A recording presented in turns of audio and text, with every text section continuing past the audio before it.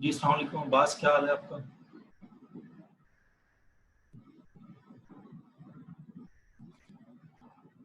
Hello Abbas, आवाज आ रही है आपको?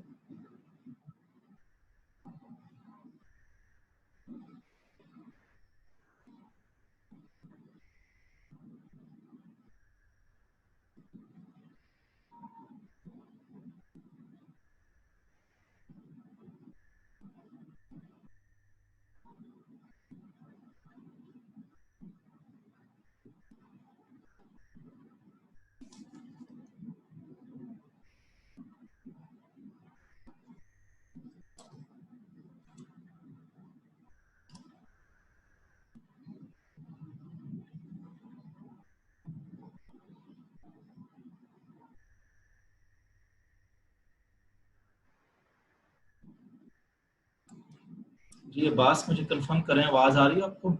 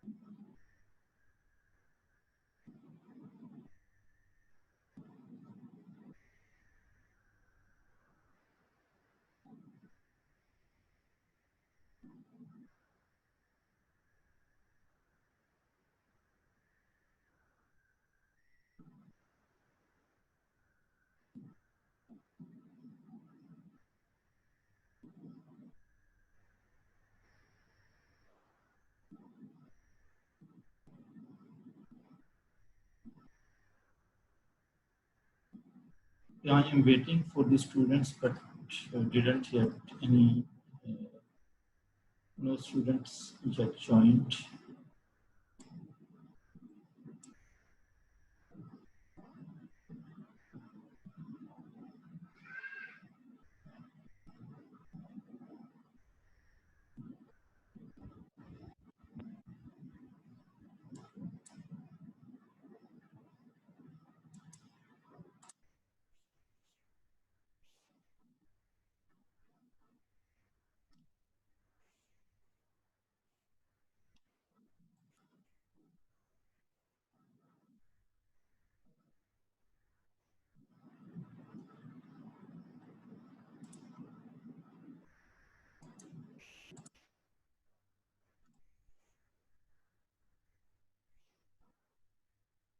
जी अब्बास, आवाज आ रही है आपको?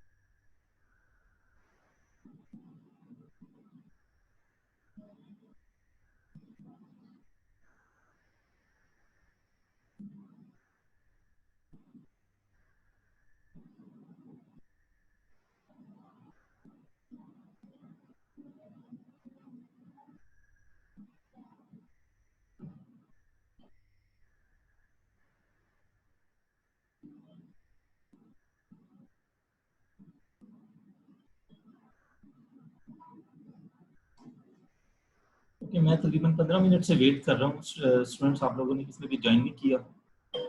अब्बास ने ज्वाइन किया था लेकिन आई थिंक उसका डिस्कनेक्ट हो जाता है, उसका कोई नेट का प्रॉब्लम है।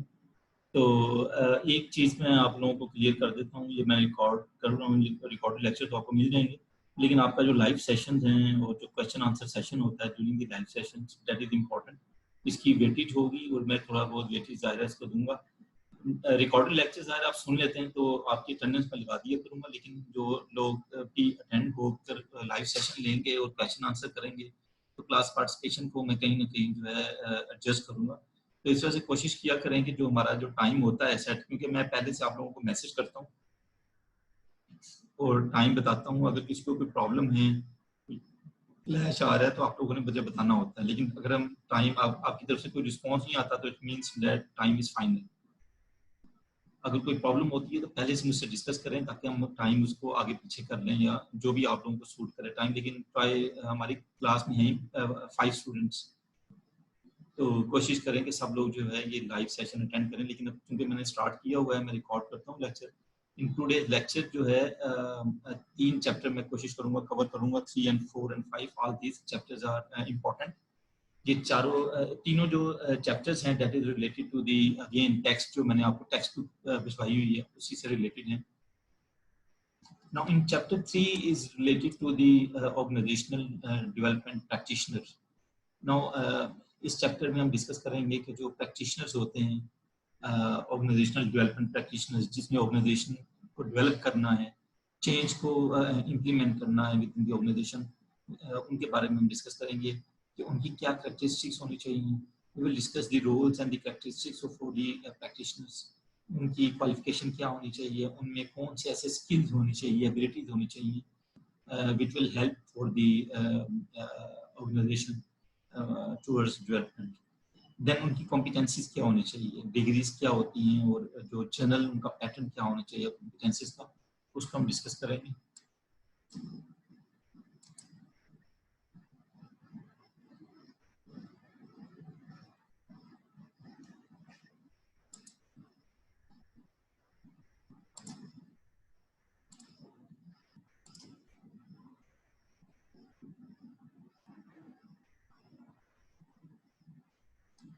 जी हसन वहाब, आवाज आ रही है आप लोगों को?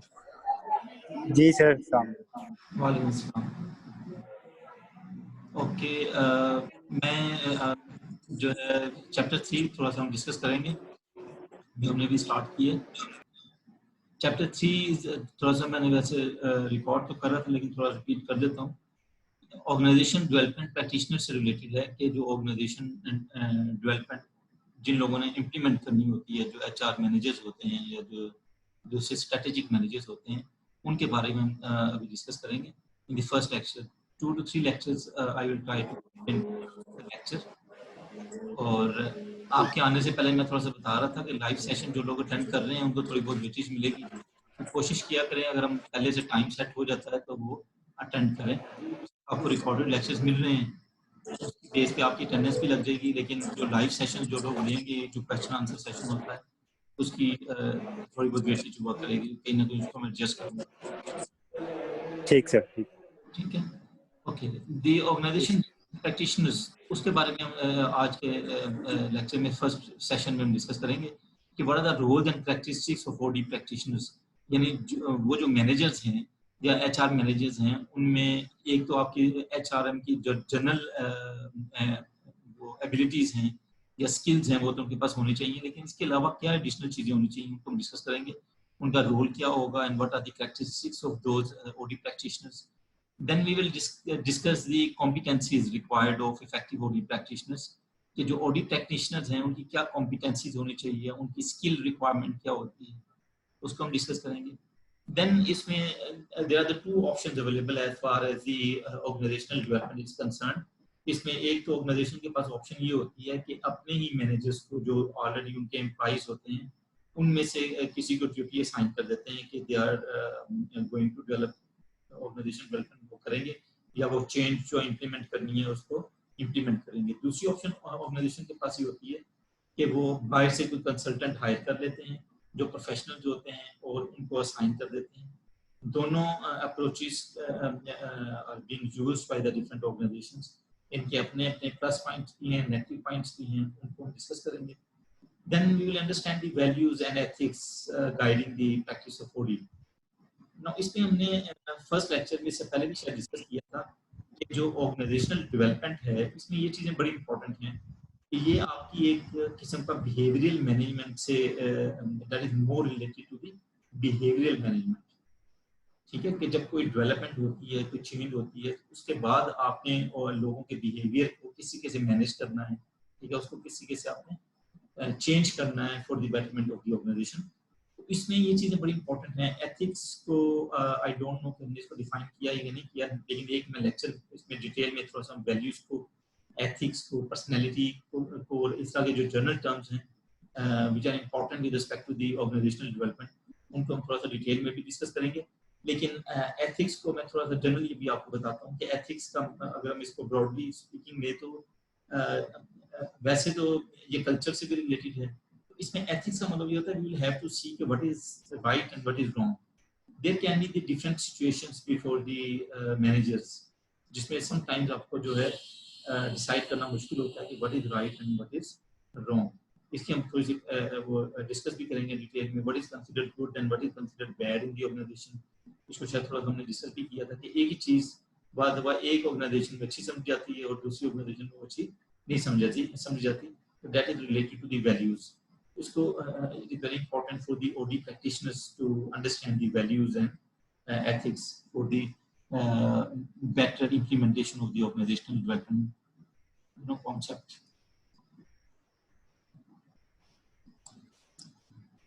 The term organizational development practitioners includes three sets of people. इसमें तीन वो कहते हैं कि हम डिस्कस करते हैं इसमें चीज़ों को। एक तो भी जो मैंने आपको बताया कि इंटरनल और the external consultants who offer professional services to the organizations, including their top managers, functional department heads and staff groups. तो ये जो आपके जो इंटरनल जो कंसल्टेंट्स होते हैं that can be either from the top management से भी हो सकते हैं, आपके फंक्शनल डिपार्टमेंट से भी हो सकते हैं, HR मैनेजर भी आपका हो सकता है, और so any of these people can be assigned the duties of that organizational development and change within the organization. दूसरी ऑप्शन आपको बताया था कि एक्सटर्नल कंसल्टेंट्स होते हैं जो हम हायर करते हैं, जो प्रोफेशनल्स होते हैं। तो ये एक तो अप्रोच इसमें ये यूज होती है, या एक इसमें कि हम किसी भी अच्छे मैनेजर को जो किसी भी फंक्शनल डिपार्टमेंट से रिलेट कर रहा हो, अगर उसमें वो कैरेक्टरिस्टिक्स हैं, they can be assigned the organisational development practices. Second जो इसमें इंपॉर्टेंट चीज होती है तो specialising in fields related to the OD such as human resource management, organisational design, quality control, information technology and business strategy.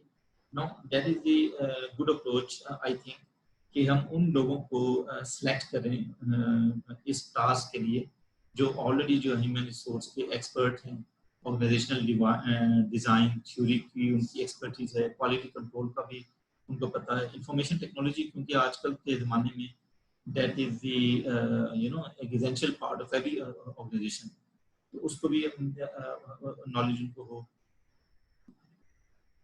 That is ये आपके जो अगर ह्यूमन रिसोर्स और ये क्वालिफिकेशंस होंगी तो दैट विल बी बेटर कि हम उनको असाइन करें ये जो टास्क है। Then managers and administrators who have gained competence in OD and who apply it to their own work areas. तीसरी अप्रोच ये कहती है कि आप के जो भी मैनेजर हैं, if you are the human resource manager, आपने थोड़ा बहुत उसका स्किल अगर देख लिया है, कॉम्पिटेंसी अगर आपके पास है ओडी की, तो आप अपने अपने एरियाज में उसको अप्लाई करें।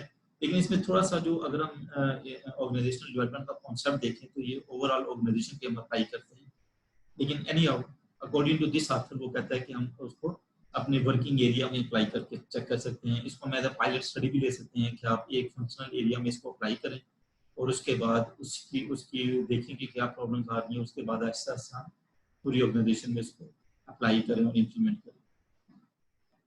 सो अगेन मैंने आपको जो बताया था कि ये दो तीन अप्रोचेस हैं, इनकी इसमें बहुत सी सिमिलरिटीज भी हैं और इसमें डिफरेंसेस भी हो सकते हैं, इसके डिफरेंट टाइप्स में प्लस पॉइंट भी हो सकते हैं, नेगेटिव पॉइंट्स भी हो सकते हैं। लाइक एक इंटरनल अगर हम कंसल्टेंट को हायर या इंटरनल जो आपकी एम्प्लॉय है उसको असाइन करते हैं जॉब ऑर्गेनाइजेशनल डेवलपमेंट की, तो उसको एक प्लस पॉइंट ये होता है कि ऑलरेडी उसको पता है what are the norms, what are the values in the organisation, का कल्चर क्या है, किसी की जो चीजें हो रही हैं डिपार्टमेंट्स को, he has know about the departments, communication problem उसको इतनी ज्यादा नहीं होगी because he is already in the organisation, और he may not have that communication problems. तो ये उसके प्लस पॉइंट्स हैं। नेगेटिव पॉइंट्स ये हैं कि because he is not the professional for that organisational development, और कभी उसने ऐसी शायद ना की हो एक्सरसाइज इससे पहले, तो उसके लिए ज़्यादा प्रॉब्लम होगी उसको प्रैक्टिकली उसको इम्प्लीमेंट करने के लिए। इसके अपोजिट अगर हम देखें, अगर हम किसी प्रोफेशनल को हायर करते हैं तो उसके भी प्लस पॉइंट्स हो सकते हैं, नेगेटिव पॉइंट्स हो सकते हैं। प्लस पॉइंट उसका ये होगा कि वो प्रोफेशनल होंगे, उनका पहले से एक्सपीरियंस होगा डिफरेंट ऑर्गेनाइजेशन में, कि उन्होंने चेंज मैनेजमेंट को अप्लाई किया होगा और उसमें देखा होगा क्या प्रॉब्लम, तो he may have thorough experience in that field, that may be the plus point. Negative point उसके क्या हो सकते हैं, क्योंकि वो ऑर्गेनाइजेशन का पार्ट नहीं है, तो अगेन थोड़ी सी ज़्यादा उसको रिलक्टेंस होती है जब आप ऑर्गेनाइजेशन में काम कर रहे होते हैं, तो उनको आपको कल्चर को स्टडी करना पड़ता है। Every organisation has different cultures, have the different values that is being implemented in that particular organisation. तो उसको अगर आप सही तरीके से कल्चर को स्टडी नहीं करेंगे या बाकी चीज़ों को स्टडी नहीं करेंगे तो आपका प्रॉब्लम होगी। तो ये उसके नेगेटिव पॉइंट्स हैं। तो you know every approach has may have negative points and plus points. तो जब भी आप कोई चीज़ किसी ऑर्गेनाइजेशन में अप्लाई करते हैं तो you should always keep in mind the plus points क्या हैं उसके और उसके नेगेटिव पॉइंट्स क्या हो सकते हैं। Now, OD practitioners should have the following basic skills and knowledge to be effective. जो basic skills वो कहता है कि ये होनी चाहिए जब आप अगर if you want to be an OD practitioner and change management implementer within the organization. Now, intrapersonal skills or self-management competencies. No, again class पूरे लीडरशिप का जब हमने लेक्चर लिया था तो उसमें हमारा जो लास्ट पोर्शन था उसमें हमने सेल्फ मैनेजमेंट को डिटेल में डिस्कस किया था। अब ये देखें इसमें भी ओडी में भी वही चीज को डिस्कस कर रहा है कि self management is very important. Self leadership, self management, self awareness. अगर आप अपने आप को सही तरीके से मैनेज नहीं करेंगे, how you will be able to manage the other people और how you will be able to manage the overall organisation. So that is very important and that is very important competency. You have to manage yourself. Intrapersonal skills आपकी होनी चाहिए, how to talk with the different people, how to talk with the top management.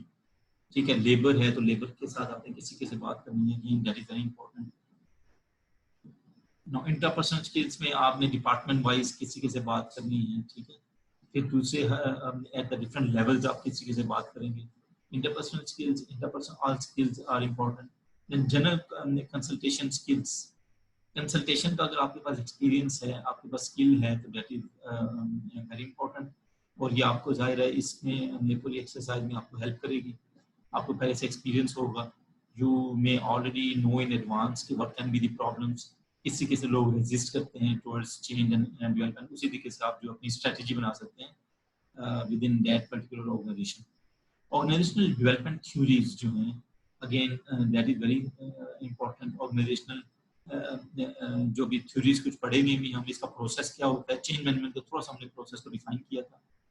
Similarly जो इसके organisational development की अगर आपको theories का पता होगा, थोड़ा सा नॉलेज होगा तो that will be helpful for you. Similarly organisation का स्ट्रक्चर क्या रोल प्ले कर सकता है विद इन दैट इम्प्लीमेंटेशन, अगर हम करना चाह रहे हैं चेंज मैनेजमेंट की, very important. Organizational development, organizational theory and practice, that is very important. These are the basic skills जो आपके पास होना चाहिए to be an effective organization development practitioner. Ji class clear हो रही है आपको? कोई क्वेश्चन अगर है तो बेशक साथ साथ आप पूछ सकते हैं।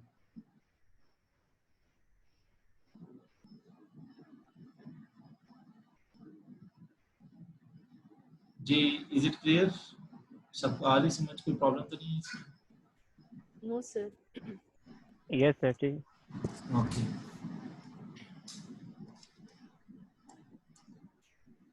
नेक्स्ट जो आप लोगों ने ऑर्गेनाइजेशनल बिहेवियर का सब्जेक्ट पढ़ा होगा, अगेन ऑर्गेनाइजेशनल डेवलपमेंट की point of view that is very important. Organisation behaviour पढ़ा हुआ सब्जेक्ट आपने एमबीए में या इधर एमएस लेवल पे तो शायद नहीं होगा, एमबीए लेवल पे तो पढ़ा हुआ आपने? Yes sir. बीबीए में पढ़ा था। बीबीए में पढ़ा था, ओके। तो उसमें अगेन वही चीज़ें जो भी मैं आपको बता रहा था, वो ऑर्गेनाइजेशनल कल्चर को डिस्कस करते हैं। और कल्चर को शायद हम डिटेल में डिस्कस करेंगे, मैं आपको कुछ स्लाइड्स भी दे दूंगा। कल्चर जो है that is very complex sort of thing. It may have the different perspectives, different dimensions. अगर हम लिटरेचर पे चले जाएं, they can be the hundreds of dimensions of culture. Most important जो उसकी डायमेंशंस होती हैं, values, norms, beliefs. Values, norms, beliefs को अगर थोड़ा सा डिफाइन करें तो उसको कहते हैं what is considered good, what is considered bad, what is the acceptable behavior, what is not acceptable behavior within the organization. So every organization has a different culture. आपके पास अगर organization के आपके culture को study नहीं करेंगे तो you cannot do anything, you know. That's why इसका आपका culture का knowledge is very very important. Then work design, कि वो जो organization है उसमें क्या उसका structure क्या है, how the working pattern has been set within that particular organization. जिस तरीके से आपने देखा होगा कि जिस आपका पब्लिक सेक्टर ऑर्गेनाइजेशन हैं, मिनिस्ट्रीज हैं हमारी, उनका एक पर्टिकुलर पैटर्न होता है, फॉर्मेलिटीज ज्यादा होती हैं, ठीक है, फाइल मूवमेंट बहुत ज्यादा होती है। इसके ऑपोजिट आप मल्टीनेशनल में चले जाएं तो उसमें हो सकता है उसी के से फॉर्मेलिटीज ना हो और आईटी और फाइल मूवमेंट बहुत ज्यादा नहीं होगी। तो you have to work out on the work design के how the things being happened, how the work is being done within the organisation. Interpersonal relations आपके बहुत अच्छे होने चाहिए। इंटरपर्सनल स्किल्स, कम्युनिकेशन जो है, again that is the part of the organisational behaviour. Power and politics, power किस किस के पास लाई कर रही है within the organisation, who has the authority. इसमें तीन चीजें बड़ी इंपॉर्टेंट होती है जो हम डिस्कस करते हैं। एक जो अथॉरिटी होती है, that is the power to make the decisions, ठीक है। उसके साथ साथ रिस्पॉन्सिबिलिटी होती है और there is a general pattern जो मैनेजमेंट में डिस्कस करते हैं कि जैसे जैसे आपकी पावर आपके पास ज्यादा होगी या आपके पास अथॉरिटी होगी तो उसके साथ साथ आपकी रिस्पॉन्सिबिलिटी भी बढ़ती रहती है, ठीक है। उसके साथ अकाउंटेबिलिटी भी होती है आपकी कि how you are using that power, how you are using that authority. Politics किस तरीके से आप हैंडल करेंगे डिफरेंट पार्टीज को, डिफरेंट स्टेक होल्डर्स को, that is very important skill जो मैनेजर्स के पास होनी चाहिए, ऑडिट डेवलपर्स के पास होनी चाहिए। लाइक अगर कोई आपकी यूनियन स्ट्राइक पे चले जाती है तो उनके साथ आपने किसी के बार्गेनिंग करनी है, उनके साथ किसी के नेगोशिएट करना है, तो ये नेगोशिएशन स्किल्स, बार्गेनिंग स्किल्स अक्सर आपने देखा होगा पॉलिटिक्स में ये होती है और ये आपके पास स्किल्स होनी चाहिए। लीडरशिप को हमने डिटेल में डिस्कस किया, ऑफ कोर्स लीडरशिप के बगैर आप कुछ भी नहीं कर सकते। इफ यू आपके पास अगर लीडरशिप स्किल्स नहीं है तो वो जो मैनेजर या ऑर्गेनाइजेशनल डेवलपर है, he can not do anything, he will not be able to influence people towards desired change. Goal setting, again that is the part of the management, ये आप लोगों ने डिटेल में पढ़ा हुआ है। गोल्स एंड ऑब्जेक्टिव्स में in the very first lecture हमने थोड़ा सा डिफरेंशिएट भी किया था। तो गोल्स अगेन जो है setting, that is very important. Every manager, every organizational developer should define the desired level of accomplishments to be achieved, to be achieved by the different departments, by the at the personal level भी हो सकता है, और उसमें खुद क्या चीज achieve करनी है, that should also be defined. Conflict management, इसको शायद हमने डिस्कस किया था लास्ट किसी लेक्चर में। कॉन्फ्लिक्ट हमने लिया था एक लेक्चर या नहीं लिया? Conflict management I think we have already taken a lecture. तो कॉन्फ्लिक्ट को किसी कैसे मैनेज करना है, दैट इज इसमें डिफरेंट आर्ट्स हैं। इसमें विन विन सिचुएशन होती है, विन लॉस सिचुएशन आती है, इसको आई थिंक हमने डिस्कस किया था, वरना आगे जाके इसको डिटेल में और भी डिस्कस करेंगे। Ethics, again ethics is related to the different situations in which we'll have to decide that what is right and what is wrong. इसमें भी डिफरेंट किस्म की थ्योरीज हैं जो हम एथिक्स में यूज करते हैं।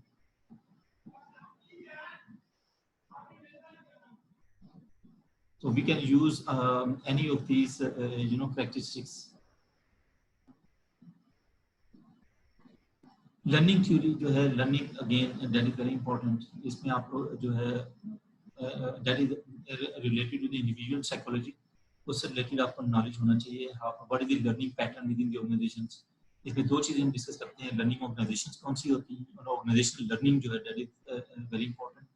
मोटिवेशन थ्योरीज को ऑलरेडी हमने डिस्कस किया है लीडरशिप थ्योरीज में, और उसमें हमने इसको रिलेट किया था और मैंने आपको बताया था कि जो लीडरशिप थ्योरीज हैं that is almost the same or the motivational theories almost the same है।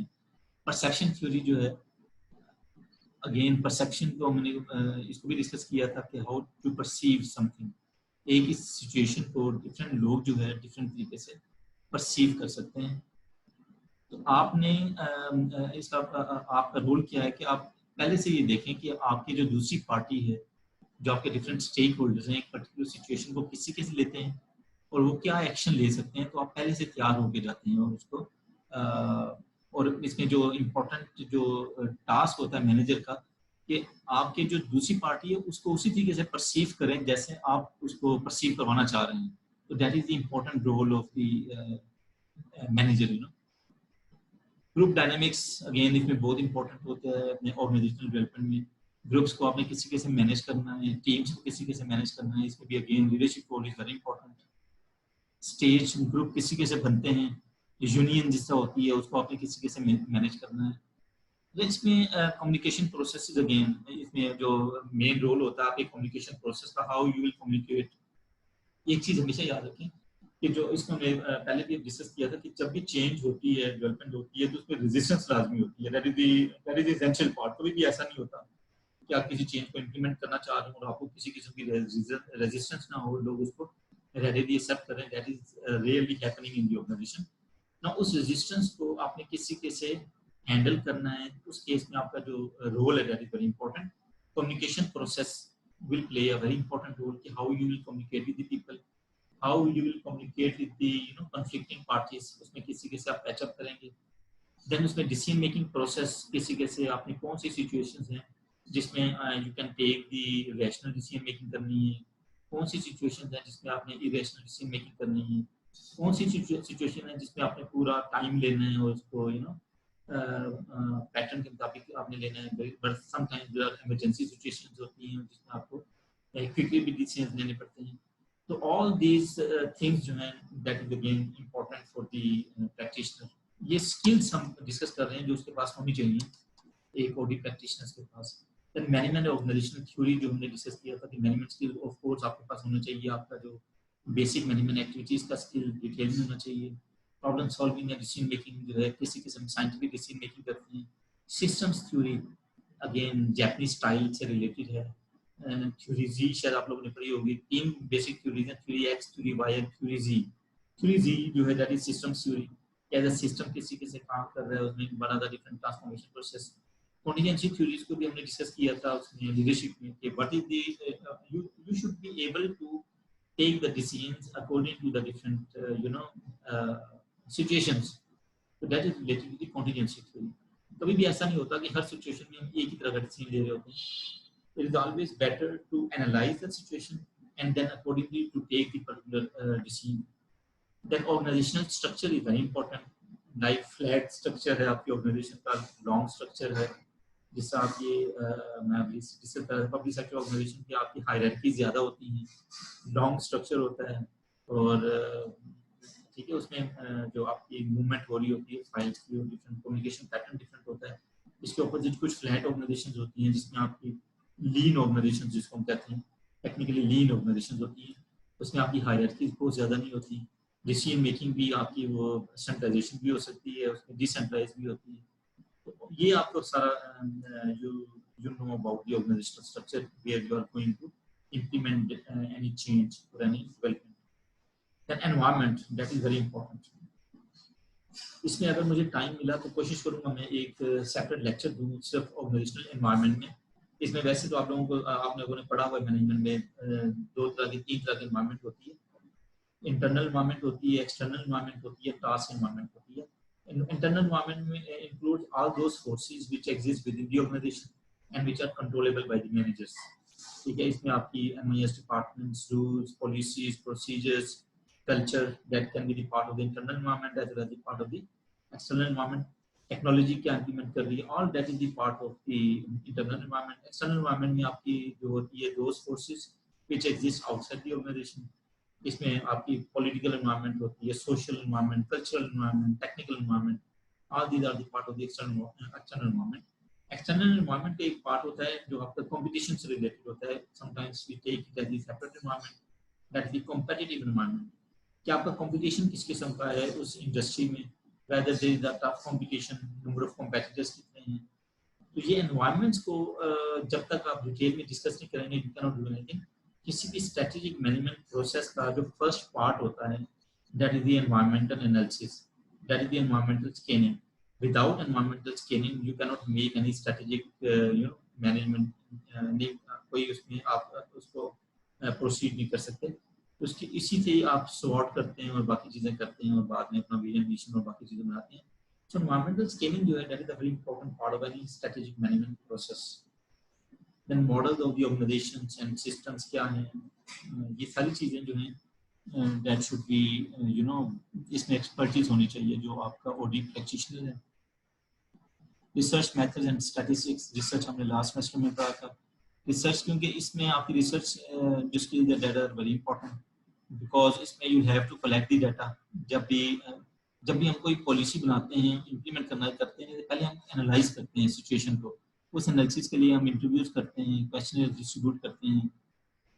That is also true before implementing any change management process.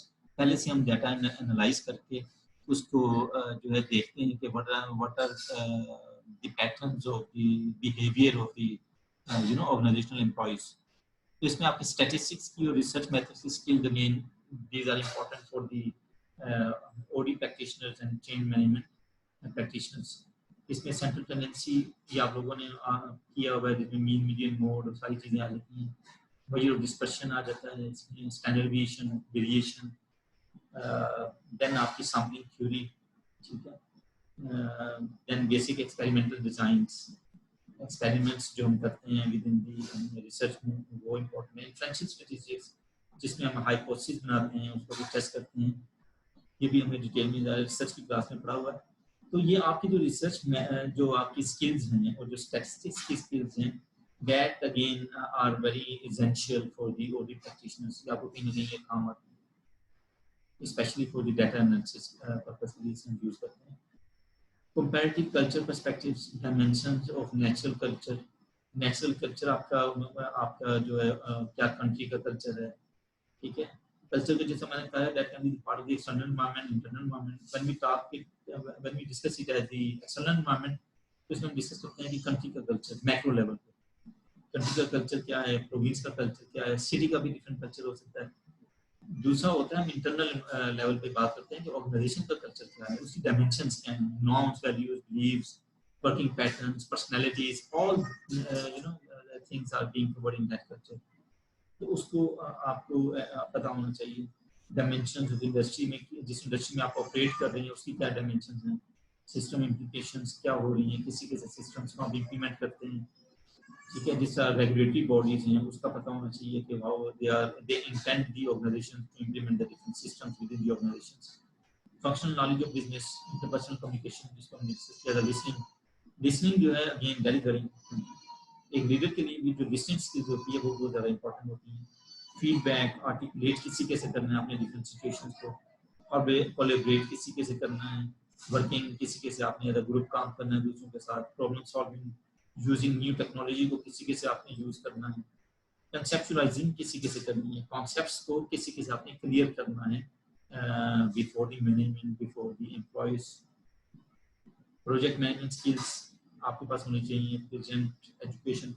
So all इसका लमसम इसका ये हुआ, जो कंक्लूजन है हमारा, कि ऑर्गेनाइजेशनल डेवलपमेंट में जो आपकी ये सोशल स्किल्स हैं, I would say these are the most social skills, that is more important rather than the technical skills. Technical skills भी आपके पास होनी चाहिए, लेकिन ये सारे जो सोशल स्किल्स हैं जो भी हमने डिस्कस किए हैं, these are very important with respect to the organisational development practice within the organisations.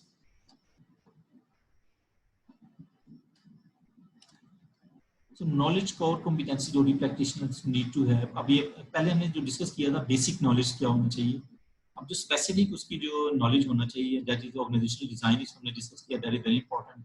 The concept of fit and alignment, आपका कांसेप्ट ऑफ फिट को हमने शायद डिस्कस किया था. स्ट्रेटेजिक फिट क्या होता है, how to create the synergy within the organisations. Horizontal fit एक होता है, एक आपका वर्टिकल फिट होता है. हॉरिजॉन्टल फिट का मतलब ये होता है कि आप कोई स्ट्रेटजी बना रहे हैं, so that strategy should be in collaboration with the other departments. इसके साथ उसका क्लैश नहीं आना चाहिए। अगर क्लैश आएगा तो इसमें it mean that will not be a good strategy और उसमें हॉरिजॉन्टल फिट नहीं होगा। इसी तरीके से वर्टिकल फिट का मतलब ये कोई स्ट्रेटजी बना रहे हैं तो ऐसा ना हो कि वो स्ट्रेटजी आपकी विजन के साथ क्लैश कर रही हो, विजन के साथ क्लैश कर रही हो, तो again that will not be a good strategy. तो आप जो स्ट्रेटजीज बनाते हैं वो ऐसी बनाते हैं कि उसमें हॉरिजॉन्टल फिट भी हो, वर्टिकल फिट भी हो, ताकि उसमें एक स्ट्रेटेजिक फिट, एक साइनर्जिकल उसमें इम्पैक्ट उसमें नजर आ रहा हो, ताकि उसका मैक्सिमम बेनिफिट हो। Then diagnostic and design model for various subsystems. Again, जो आपके सिस्टम है उसको किसी के सामने डायग्नोज करना है, उसमें अकॉर्डिंगली किसी के से आपने उसको डेवलपमेंट की तरफ लेके जाना है, that is important. Key thought leaders in organisational design, again leadership का रोल हमने डिस्कस किया कि that is very important. Organisational research, again अभी हमने डिस्कस किया था कि that is very important. System dynamics, again किसी की चीजें चेंज हो रही हैं, सिस्टम्स में किसी के चेंज आ रही है, टेक्नोलॉजी की इम्प्लीमेंटेशन किसी कैसे हो रही है, that is very important. History of the organisation development and change, ये आपको पता होना चाहिए, जो नेचुरल थ्योरीज हैं। क्वालिटी ऑफ वर्क लाइफ, ये जो डिफरेंट कॉन्सेप्ट्स है, ये again most important. Human relation movement, human relation that is very important. इसके लिए कोशिश करेंगे एक सेपरेट लेक्चर में इस पे दूं, ह्यूमन रिलेशंस पे, how to develop the good relations within the organizations. That is again the foremost requirement on the part of that organizational development practitioner. Training, sensitivity training, group training किसी के साथ नहीं करनी है, that is important. Survey research, quality of work life, ठीक है, किसी के साथ आपने क्वालिटी को इम्प्रूव करना है within the organisation, TQM को अप्लाई करना है, ठीक है। इसमें डिफरेंट इंस्टीट्यूट्स की जो रिजल्ट्स हैं, उनकी थ्योरीज हैं, वो आपको पता होना चाहिए। Statement of ethics, every organisation have some जो स्टेटमेंट्स एथिक्स, उसके क्या कोड्स होते हैं, उन कोड्स का आपको डिटेल में स्टडी करना चाहिए ताकि इसमें कोई क्लैश ना आए जब कोई फ्यूचर में आप स्ट्रेटजी बनाए। तो ये थ्योरीज सारे मॉडल्स जो है, you should be well versed with all of these theories and models.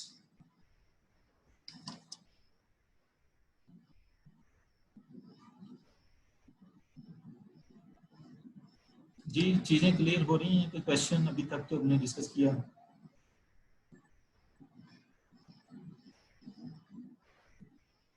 Yes, sir. Okay, इसी तरीके से मैनेजिंग द कंसल्टिंग प्रोसेस, क्या आपका जो कंसल्टेशन का प्रोसेस है वो किसी के से आपने मैनेज करना है, that you know about that. इसको हम ज़्यादा डिटेल में भी हमने डिस्कस करना है कि इसका पूरा प्रोसेस क्या होता है, उसके डिफरेंट स्टेप्स क्या होते हैं, उसमें जो बेसिक चीज़ होती है एंट्रिंग कॉन्टैक्टिंग को हम डिस्कस करेंगे। उसके बाद नेक्स्ट स्टेज एनालिसिस की आती है कि चीज़ों को डायग्नोज करते हैं, डिटेल में एनालिसिस करते हैं। एक चीज़ हमेशा याद रखें, कोई भी नया सिस्टम अप्लाई करने से पहले हमें उसका जो करंट सिस्टम है उसको डिटेल में एनालिसिस करना बहुत ज़्यादा जरूरी होता है। उसको डायग्नोसिस भी कह सकते हैं, एनालिसिस भी कह सकते हैं। हम अपने करंट सिस्टम को डिटेल्ड एनालिसिस के बगैर हम कोई नया सिस्टम डिज़ाइन नहीं कर सकते। That is the most important part of any change management process. जब वो एनालिसिस हम कर लेते हैं तो उसमें हमें पता चलता है कि बड़ा सा लूप होल्स क्या आपके कौन कौन सी ऐसी प्लेसेस हैं जिसमें हम इम्प्रूव कर सकते हैं। फिर हम डिज़ाइनिंग की तरफ आते हैं और choosing the appropriate relevant interventions, किस पॉइंट पे हमें करना है, इंटरवेंशंस किसी कैसे करनी है, इसका भी पूरे सेपरेट लेक्चर्स हैं, चैप्टर्स हैं, उसको डिटेल में हम डिस्कस करेंगे। फैसिलिटेशन एंड प्रोसेस कंसल्टेशन, किसी के साथ लोगों को फैसिलिटेट करना है। डेवलपमेंट क्लाइंट कैपेबिलिटी, किसी के साथ डेवलप करनी है क्लाइंट कैपेबिलिटी को, इवैल्यूएटिंग ऑर्गेनाइजेशनल चेंज, फाइनली किसी के से इवैल्यूएट करेंगे, अगर उसमें कोई चीज रह गई है तो फ्यूचर में आप उसको किसी के से इंप्लीमेंट करेंगे on the basis of the particular feedback, that is important. तो ये भी आपकी वही स्किल्स रिलेटिंग कॉम्पिटेंसीज हैं जो ऑडियो प्रैक्टिशनर्स के पास होनी चाहिए। Role of organisational development professional positions, इसको जो हम डिस्कस कर रहे थे, ये थोड़ा सा जो अभी टेबल आपको नजर आ रहा है स्क्रीन पे, इसमें चीजें कुछ स्टेज होती है, स्टेज ऑफ चेंजेस होती है। इसको ये पूरे चैप्टर्स हैं, हर चैप्टर मतलब एंट्रिंग जो आप देख रहे हैं स्क्रीन पे, फर्स्ट स्टेज है चेंज की, इसके बाद कॉन्टैक्टिंग है, इसके बाद एनालिसिस आ जाता है, डायग्नोसिस की स्टेज आ जाती है, इंटरवीनिंग, ये 5-6 स्टेजेस हैं, हर स्टेज का डिफरेंट चैप्टर्स हैं, तो इसको हमने डिटेल में डिस्कस करना है। एंट्रिंग का मतलब जिस तरीके से हम एंटर हो रहे हैं कोई कंसल्टेंट, तो आप बेसिक किस्म का उसका एनालिसिस करते हैं, उसको स्टडी करते हैं। तो ये जो ग्राफ है that is comparing the external consultant versus the internal consultants के एंट्रिंग स्टेज पे उसमें क्या डिफरेंसेस हो सकते हैं, ठीक है। इसमें फॉर एग्जांपल ये एंट्रिंग स्टेज जो होती है सोर्स क्लाइंट्स के पास, आपको क्लाइंट्स के पास जाना पड़ता है, उसे इंटरव्यू करने पड़ेंगे अगर आप एक्सटर्नल कंसल्टेंट हैं। लेकिन अगर आप इंटरनल कंसल्टेंट है, क्योंकि आप उधर पार्ट है ऑर्गेनाइजेशन का, तो आपको डिटेल में उनका नहीं करना पड़ता एनालिसिस, क्योंकि ऑलरेडी आपको असेस होती है सारे क्लाइंट्स के पास। बिल्ड रिलेशनशिप्स, एक्सटर्नल जो कंसल्टेंट्स होते हैं उनको रिलेशनशिप बिल्ड करनी पड़ती है within the organisation, different functional managers के साथ, टॉप मैनेजमेंट के साथ, लो लेवल एम्प्लॉइज के साथ। इंटरनल है तो अगेन ये ऑलरेडी डेवलप होती है रिलेशनशिप्स, क्योंकि आप पार्ट होते हैं ऑर्गेनाइजेशन का। लर्न कंपनी जार्गन्स, कल्चर को आपको स्टडी करना पड़ता है, जबकि अगर आप इंटरनल हैं तो आपको ये ऑलरेडी पता होता है कि what are the jobs, what are the rules policies which are being implemented in the organisations. Presenting problems, challenges, understands, जब आप प्रॉब्लम्स को प्रेजेंट कर रहे होते हैं तो आपको इन डिटेल एनालिसिस थोड़ा सा करना पड़ता है अगर आप एक्सटर्नल कंसल्टेंट हैं। अगर आप इंटरनल कंसल्टेंट हैं तो हो सकता है रूट कॉजेस का आपको पता होता है, क्योंकि आप काम कर रहे होते हैं उसी ऑर्गेनाइजेशन में। टाइम कंज्यूमिंग, इस वजह से एक्सटर्नल कंसल्टेंट के लिए ये भी स्टेज ज़्यादा टाइम कंज्यूमिंग होगी, क्योंकि ये सारी एक्सरसाइज उसे करनी पड़ेगी। अगर इंटरनल है तो आपके लिए सफिशिएंट टाइम होगा, क्योंकि आप एफिशिएंटली टाइम को यूज कर सकेंगे, because you are already familiar with the different things which are in the organisations. External consultant के लिए स्ट्रेसफुल फेज होगी, because he is new in that organisation, इसलिए मोर स्ट्रेसफुल होगी with respect to the internal consultant. Select project client according to the own criteria, ठीक है। Obligate to work with anyone, क्योंकि आप सारे जान रहे होते हैं if you are the internal consultant. Unpredictable outcomes हो सकते हैं अगर आप कोई स्ट्रेटजी बनाते हैं, लेकिन अनप्रिडिक्टेबल आउटकम ये सैलरी से भी रिलेटेड है कि उसमें आपको एक्स्ट्रा ज़ाहिर है वो पे करती है ऑर्गेनाइजेशन जो एक्सटर्नल कंसल्टेंट्स होते हैं। लेकिन इंटरनल कंसल्टेंट अगर हैं तो हो सकता है वो उनको उतना ज़्यादा पे ना करें, क्योंकि ऑलरेडी वो पे ले रहे होते हैं ऑर्गेनाइजेशन को, थोड़ा बहुत शायद अलाउंस दे दें ऐसा कुछ। तो ये भी एक डिफरेंस होता है between the external consultant and internal consultant. External consultant अगर आप हायर करते हैं तो that will be more costly for the organizations as compared to the internal consultants. ये डिफरेंस है जो हमने डिस्कस किया with respect to the external consultant and internal consultant at the stage of entering. दूसरी stage आती है contracting, जिसमें हम फॉर्मल डॉक्यूमेंटेशन करते हैं, ठीक है। तो अगर आप एक्सटर्नल कंसल्टेंट हैं तो आपको फॉर्मल डॉक्यूमेंटेशन उसके लिए रिक्वायर्ड होगी। अगर आप इंटरनल कंसल्टेंट हैं तो इनफॉर्मल एग्रीमेंट्स आप कर सकते हैं, क्योंकि आप ऑलरेडी उसका ऑर्गेनाइजेशन का पार्ट होते हैं। Can terminate the project at will, ठीक है। आप मतलब कंसल्टेंट के ऊपर होता है कि वो इस प्रोजेक्ट को अंडरटेक करे या ना करे सिचुएशन के बाद, एनालिसिस के बाद। लेकिन आप अगर आप इंटरनल कंसल्टेंट हैं तो that is binding, you have to take, क्योंकि आपका साइन करेगा, टॉप मैनेजमेंट आपको साइन करती है, तो you have to take this exercise. आपकी इसमें कोई वो नहीं है, ऑप्शन या नहीं है बस। Guard against out of pocket expenses, no out of pocket expenses, you know, वही जो पे है आप उसमें कंसल्टेंट अगर एक्सटर्नल कंसल्टेंट हैं तो उसको पे करना पड़ता है ज़्यादा।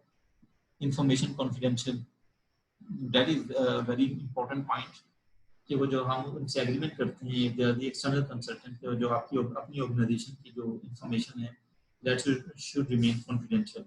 इवन के वो जो उनके रिपोर्ट बनाएंगे फाइनल, वो भी कॉन्फिडेंशियल होगी, वो किसी को आगे फ्यूचर में डिस्प्ले नहीं करेंगे, ठीक है। That may not be the case with the internal consultants, क्योंकि वो ऑलरेडी पार्ट हैं, तो ऐसी ओपन चूक होती हैं चीजें उनके पास। Loss of contract at stake, loss of contract, आप उसको कॉन्ट्रैक्ट को जब भी आप चाहें या कंपनी की बेस पे या अपनी बेस पे उसको कैंसिल कर सकते हैं। मेंटेन थर्ड पार्टी रोल, तो कंसल्टेंट इसमें आपका third party as a third party काम कर रहा होता है।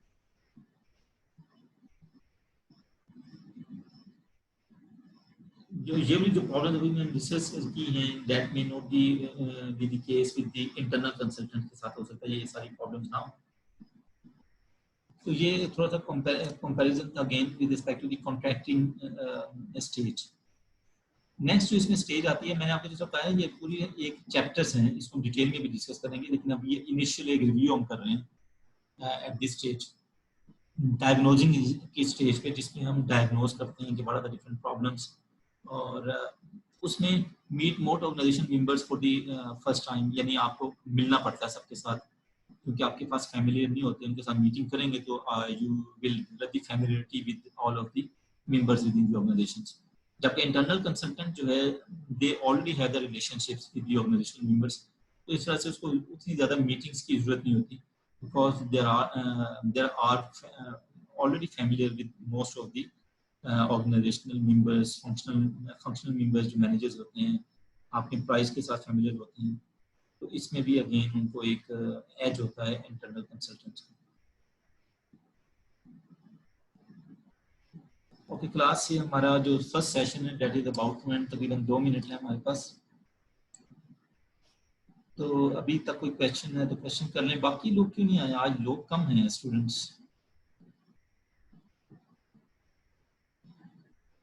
मैसेज आपको टाइम पे मिल गया था व्हाट्सएप पर क्लास का? यस सर, मैसेज मिल गया था। आई नहीं, आ जाएगा, स्टूडेंट्स कम आएंगे।